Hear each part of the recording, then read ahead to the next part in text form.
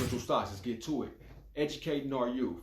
Most of us don't get taught financial education in school, no more than just basic economics and simple math. Educating our youth from the time that they're babies until they turn 18 is essential if we want them to build a strong financial foundation. There are several things that we can do to prepare our children for a bright financial outcome. Let's talk about how to invest in our kids' future. South Central Stocks. Let's get to it.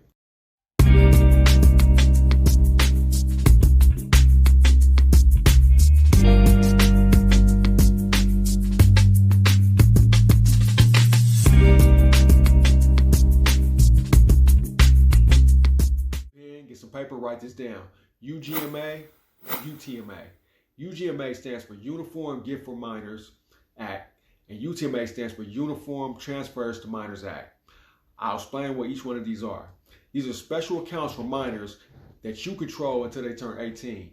With UGMA, you can invest in stocks and bonds. With a UTMA, you can invest in stocks, bonds, real estate, gold, etc. Now, these are tax-free up to $1,050. I think after $2,000, they get taxed, but at a tax rate of about 10%. So these two accounts, you can get the ball rolling to start investing in your kids. Let's talk about the 529 plan. So it's basically a college savings plan. You can contribute funds on any schedule that you like.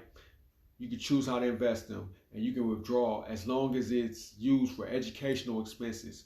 So you can start early on your child's college education so you don't have to worry about how you're going to pay for it when that time comes. This lets you focus on other things your child might need at that time. Another thing is establishing credit. And did you know that you can put your child on your credit card as an authorized user, and that way they can reap the benefits of your A, on-time good payments, B, low debt utilization, and start a foundation for credit history. Educate them about credit and why it's important to keep a good credit score so when they turn 18, they will have an established credit record.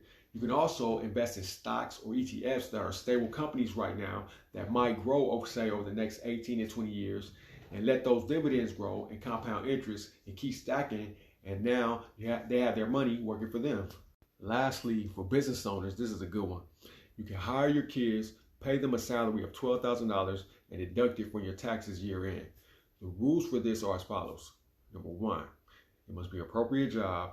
Number two, you must keep track of their hours that they work. And number three, you should write out a contract explaining what their job is. A great way to reduce that tax bill that your business might incur at the end of the year. We're now living in times where educating our children is more accessible than ever.